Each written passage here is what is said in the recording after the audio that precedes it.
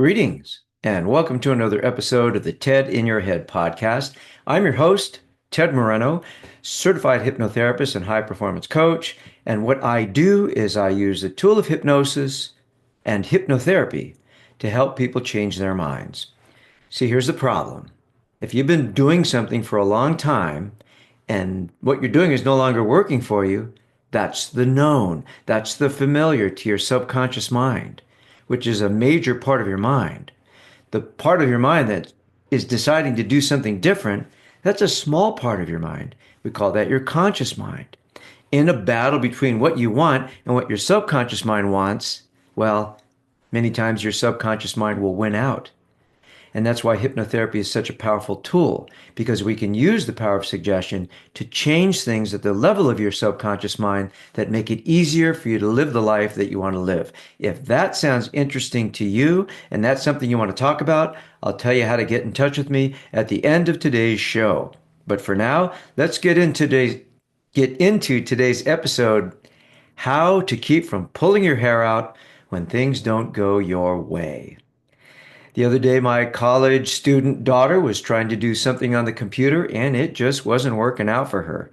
The internet was too slow, or she couldn't figure out how to do what she was trying to do, or the computer didn't like her and had it in for her, something like that. She was beside herself with frustration and anger.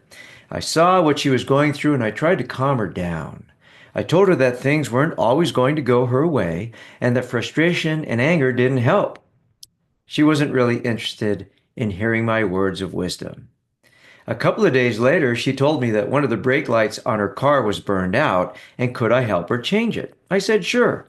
We got into the trunk of the car and with some difficulty, I pulled the light bulb out of the taillight housing and put a new bulb in. Easy peasy, right? My daughter said, let me put the bulb back in to the housing so I can learn how to do it. I said, no, I need to be done with this. I've got other things I need to move on to, so let me do it. Now, to put the bulb socket back into the taillight, you need to position it in there in just the right way, and then you need to kind of twist it in just the right direction. And I'm trying to do this all bent over in the trunk, and it's dark and I can't really see that well, so I'm holding a flashlight and I'm trying not to break the damn thing, and I'm just struggling and struggling to put it in. And my kid was like, Dad, let me try. And I was like, no. And I kept struggling but couldn't do it. And I finally gave up and I said, shit, why do they make these things so hard? These stupid automakers. They want you to go to the dealer so they can charge you $100 to put a damn bulb in. Jesus, Mary, Joseph, give me a break here. And while I was ranting and fuming, my daughter got in there and put the bulb in, easy peasy, lemon squeezy. She put her hand on my shoulder and she said, Dad, things aren't always going to go your way. Anger doesn't really help. Life just ain't fair, is it? And I guess that's the point. It's not always going to be fair. Things aren't always going to go your way. Many things will not go as planned. You know this. I know it. But I still want it to go my way. In fact, I still expect it to go my way. I still want traffic to get out of my way so I can drive fast and get there quickly. I want people to do what I want them to do. I want things to work out the way they're supposed to work. I want lines to be short, the baristas at Starbucks to be fast, and I want everyone to go away when I need alone time, and I want them to be with me when I don't. We all want these things even though it doesn't work like that, and we know that. So why do we get so frustrated when things don't go our way? Well, because we have expectations that many times are not rooted in reality. And when reality doesn't conform to our expectations, we feel a loss of control. And as human beings, we are wired to try to have as much control over our lives as possible. When we make plans, we become emotionally attached to the outcome. We imagine and we dream how good it's going to be when that person we want to be with wants to be with us so that we can sail off into the sunset. And when that doesn't happen, it hurts. Disappointment doesn't feel good compared to how we imagined it would be if we got our way. And our imagined expectations bring us really good feelings. And we always want to have good feelings, don't we? And when we don't have the good feelings we expected, we get upset, frustrated, and angry. Then we start blaming. We'll blame the computer, the car, the government, the partner, the spouse, or the boss. Or we might start blaming you know who, ourselves. Self blaming, self shaming, negative self talk just adds fuel to the fire. We can get so twisted up that what started as a minor inconvenience can turn into a major fustercluck.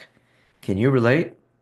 And if we're already stressed, something going wrong can trigger major frustration and really shut us down. That's when we'll turn to, pick your poison, whatever your go to is that makes you not feel. Booze, drugs, shopping, whatever. So, how can we keep from pulling our hair out when things don't go our way? Well, first of all, let's acknowledge, unless you're a Zen master, which I am definitely not, you're probably going to feel negative emotions when your plans fall through. It's called being human. The key is to manage those emotions so that they don't control you or overwhelm you. Start with examining your own expectations. Are they reasonable? If you don't know, ask someone who's not afraid to tell you the truth. If you expect people and circumstances to always be what you need and want them to be, you're setting yourself up for frustration. Ask yourself, what am I trying to control that simply will not be controlled? Like traffic. See if you can adjust your expectations for people and things to be more in line with reality. It's not easy, but it's worth it. Next, take a good look at how you react to things that go wrong and ask yourself, is that really who I want to be? Angry, frustrated, blaming and shaming, yelling and screaming and cursing? Is that what you're aspiring to? If not, consider that you can react differently. Practice stepping back and away from the situation so that you can get some detachment and view the situation differently. Be clear as to who you want to be in the face of challenges. Maybe brave, maybe persistent, maybe determined. You get to decide. Next, you want to act. I read a post on hubpages.com that said ACT stands for Acquire Conscious Thinking. If something goes wrong, what can you do to fix it? Or make it better? Or prevent things from getting worse? Dispense as quickly as possible with unnecessary emoting, or at least put it off till later and do something. Focus on a solution rather than being frustrated about what's not working for you. Also, how about being more flexible? Here in Southern California, we have lots of palm trees. Palm trees are flexible. They bend with the wind blows, but they don't break. Be like a palm tree. Are you too rigid? Too attached to the outcomes you expect? Sometimes when life blows us in a different direction than the one we want to go, sometimes we find new possibilities, new paths, and new ways of seeing things. Be willing to bend because it makes life a lot more interesting, more fun, and less stressful. It's also helpful to plan for the possibility that things will go wrong. For instance, keep cash on you just in case the credit card reader at the gas station is out of order and you're running out of gas. Or just keep extra cash on hand in case you need it. Use your phone to take photos of documents that might be a problem if you can't find them when you need them. Keep an extra pair of shoes in the trunk of your car, or an extra sweater or umbrella. Have a spare charger cord for your phone, or even a portable charger when you might not be able to get to an outlet. Carry a spare key for your car. Call the place you want to go to just to make sure they're open. Simple stuff like that. Perhaps one of the most important strategies to keep your hair is to plan for not having enough time. Always give yourself extra time to drive or do a project or complete a task. There's something called Hofstadter's Law, which states that it always takes longer than you expect, even when you know that it always takes longer than you expect. This is also called planning fallacy, where people tend to underestimate the time needed to complete a task, even if they've done it before. Finally, when things go south, when plans unravel, or even when life takes a devastating turn, the truth is that at some point, we have to find a way to accept what's happened. And I'm not saying that's easy, because it's not.